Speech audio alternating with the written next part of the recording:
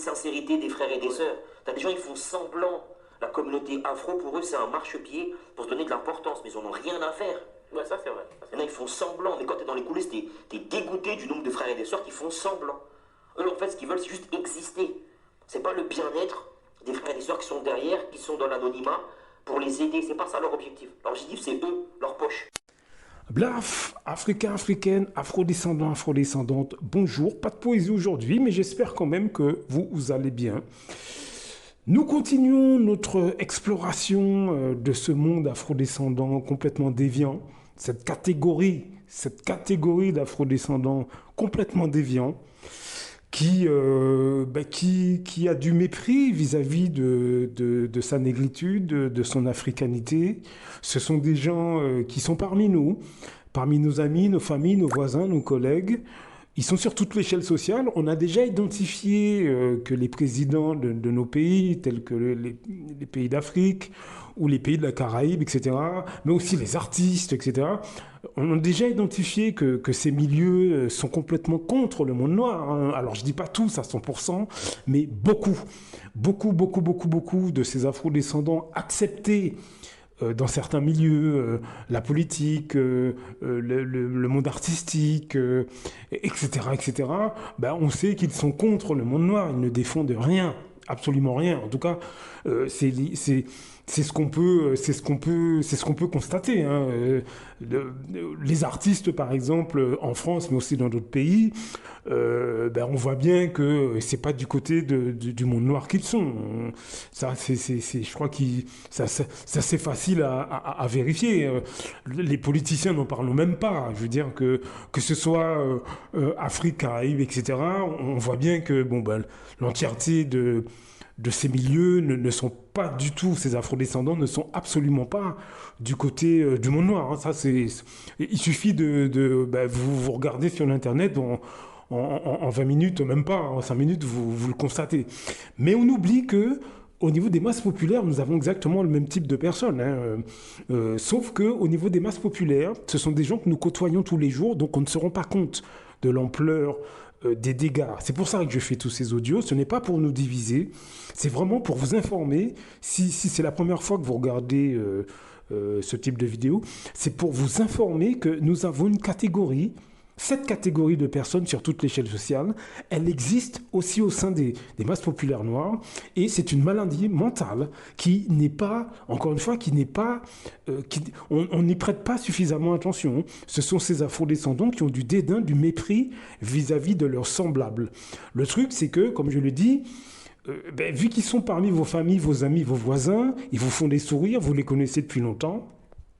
Vous mangez avec eux, vous passez Noël avec eux, vous ne vous rendez pas compte de ce qu'ils font. Vous ne vous rendez pas compte. Mais dans beaucoup de cas, vous subissez les choses sans même vous en rendre compte. Ce sont ces afrodescendants qui, par exemple, vous passez un concours, ils vous détestent, d'un coup ils vous détestent. Hein, ça peut être frère, sœur, père, mère, cousin, cousine... ou un ami de longue date, ou un voisin, ou un collègue de travail, hein, il vous hait sans même que vous sachiez, que vous compreniez pourquoi. Vous changez de voiture, vous vous mariez, ou bref, vous progressez dans votre vie à un niveau ou à un autre. Ces personnes, d'un coup, vous calomnient, vous méprisent.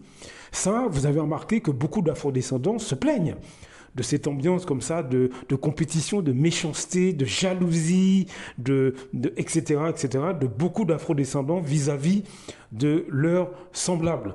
Ça vous l'avez constaté. Eh bien, il faut que vous sachiez que derrière tout ça, comme je le dis dans tous ces audios, c'est de la négrophobie, du dédain de ses origines. Le souci, c'est que les personnes qui font ça tout autour de nous, hein, famille, amis, voisins, collègues, etc., en fait, nous présentent un visage, nous présentent toute une panoplie, si vous voulez, tout un ensemble de comportements qui nous empêchent d'aller au-delà de la jalousie, de la méchanceté, la compétition qu'ils nous présentent. Donc nous, on a un premier niveau d'analyse qui est... bon, sont des gens jaloux, sont des gens pas sympas, mauvais, etc. Ça, c'est le premier niveau d'analyse que nous, on a. Mais en fait, derrière tout ça, c'est un sentiment anti-race noire qu'ils expriment. Tout simplement parce que ce comportement-là, ils ne l'ont pas au sein des autres communautés. Ils ne l'ont pas au sein des autres avec les membres des autres communautés, ils l'ont pas. Vous avez beaucoup d'Africains ou d'Afro-descendants, lorsqu'ils sont avec des Arabes, des Chinois, des Européens, qui, eux, prospèrent, même dans nos pays d'origine, hein, ces gens prospèrent, les Libanais prospèrent, font tout l'argent qu'ils veulent sur le continent. On ne voit pas beaucoup d'Africains aller les agresser parce qu'ils sont prospères. Non. Dans les Antilles, les Européens, les béquets font tout ce qu'ils veulent comme ils veulent. Vous ne voyez pas d'Afro-Antillais aller les jalouser, aller leur dire ceci, cela. Non, non, là, vous ne voyez pas. Par contre, lorsque c'est un Africain ou un Afro-Antillais dans son pays d'origine, par exemple, ou un Afro-descendant dans son pays d'origine, là, à ce moment-là, ces personnes-là, pas de problème, n'hésitent pas, comme je l'ai dit, vous calomnier ou même vous agresser physiquement. Là, il n'y a pas de problème. Donc, vous voyez bien que il y a un double comportement. Eh ben, c'est une maladie mentale qui a été décrite déjà par Frantz Fanon, Peau noire et masque blanc. Mais ce qu'il faut comprendre aussi, c'est que ces personnes, pourquoi on ne remarque pas beaucoup plus leur présence? C'est parce qu'ils changent de visage en fonction de l'endroit où ils se trouvent. C'est-à-dire que quand ils sont devant vous, ils peuvent même aller à vous parler d'Aimé Césaire, ils peuvent même acquiescer et vous dire que oui, il y a du racisme, oui, la colonisation, c'est pas bien, etc. Mais dès que vous êtes parti, ils vous méprisent complètement, hein. Mais par contre, devant vous, ils écoutent du jazz, du rap, par exemple, ou bien ils vous disent, ils peuvent tout à fait vous dire que la colonisation, c'est pas bien, le franc CFA, il faut que ça s'arrête. Et puis une fois qu'ils sont devant un Européen, ils disent complètement l'inverse de tout ce qu'ils vous ont dit à vous, hein. Ça, je veux dire, l'une des caractéristiques de ces personnes, c'est de changer de visage en fonction de l'endroit où ils se trouvent. C'est-à-dire qu'ils vous disent quelque chose et la seconde d'après, ils disent complètement l'inverse de tout ce qu'ils vous ont dit à vous, aux autres communautés, aux membres des autres communautés. C'est l'une des caractéristiques de ce type d'afrodescendants, hein, Afrique, Caraïbes, etc. Hein, des gens qui viennent du monde noir en général. C'est l'une des caractéristiques. Alors, Nathalie Yamb, dans une vidéo, en parle. Je vous laisse écouter. Elle parle d'un président, je crois que c'est du Ghana, je crois. Elle parle d'un président qui dit quelque chose, mais qui fait complètement l'inverse. Je vous laisse écouter. Et c'est comme ça que William Ruto s'est envolé vers Berlin. Rarement, on a vu un chef d'État anglophone aussi soumis aux intérêts occidentaux. Et pourtant, on a quelques spécimens dans la place. Bola Tinubu du Nigeria ou Nana Akufo-Addo du Ghana. Mais William Ruto, c'est sans conteste la première marche du podium. Comme Akufo-Addo, il est très fort pour fanfaronner des rodomontades souverainistes pendant ses vadrouilles à l'étranger et faire tout le contraire une fois rentré chez lui. Avant de prendre l'avion, il a dit quelque chose dont je n'arrive toujours pas à me remettre.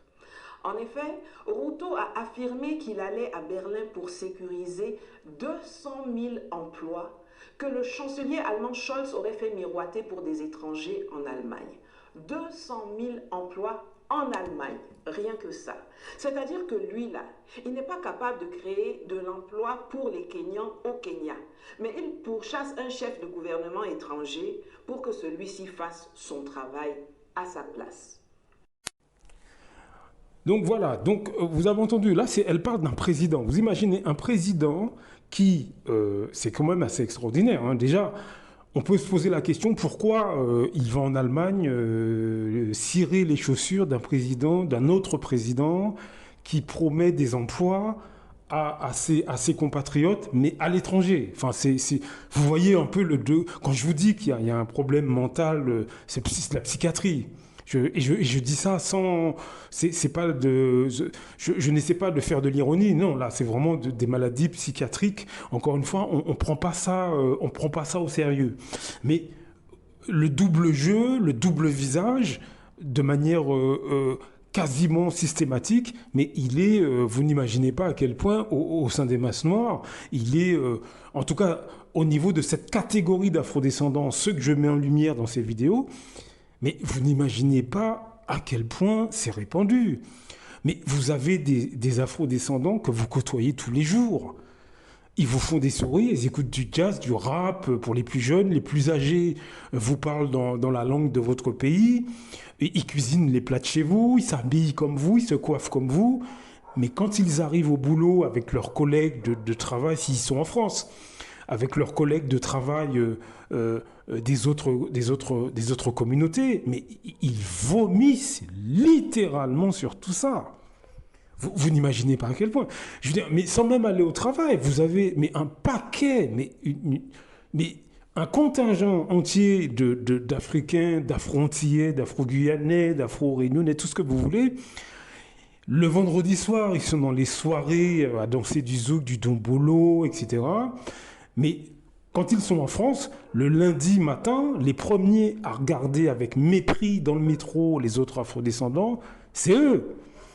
Vous n'imaginez pas le nombre de Noirs français qui font ça. Mais vous n'imaginez pas. La situation est catastrophique. Mais dans tous les pays où les afrodescendants sont installés, vous avez cette manipulation d'une catégorie, de cette catégorie d'afrodescendants. Et même dans nos pays. Vous n'imaginez pas le nombre d'Africains ou d'Afro-Antillais, etc., dans nos pays d'origine, qui jouent un complet double jeu vis-à-vis de leurs semblables. Hein. C'est à tomber dans les pommes. Hein. Je l'ai observé pendant des années. Nous sommes face à des comédiens, mais hypocrites, sournois, mesquins, des faux sourires qui sont anti-race noire, mais qui vont vous vanter mes Césaire ou Thomas Sankara quand ils sont devant vous. Hein. Donc, vous n'imaginez pas, c'est catastrophique. On doit vraiment regarder ces maladies mentales. C'est important. Blaf, à très bientôt. Beaucoup d'Africains se lèvent contre des autres Africains. C'est généralement à travers la corruption. L'Europe, l'Occident le sait. La meilleure façon de faire tomber un Africain qui se lève pour les intérêts des Africains, il faut aller corrompre ses amis ou ses compatriotes. C'est comme ça que c'est toujours à cause de l'argent. Celui qui a fait tomber Sankara, il a fait pourquoi? C'est parce qu'il voulait être Sankara à la place de Sankara.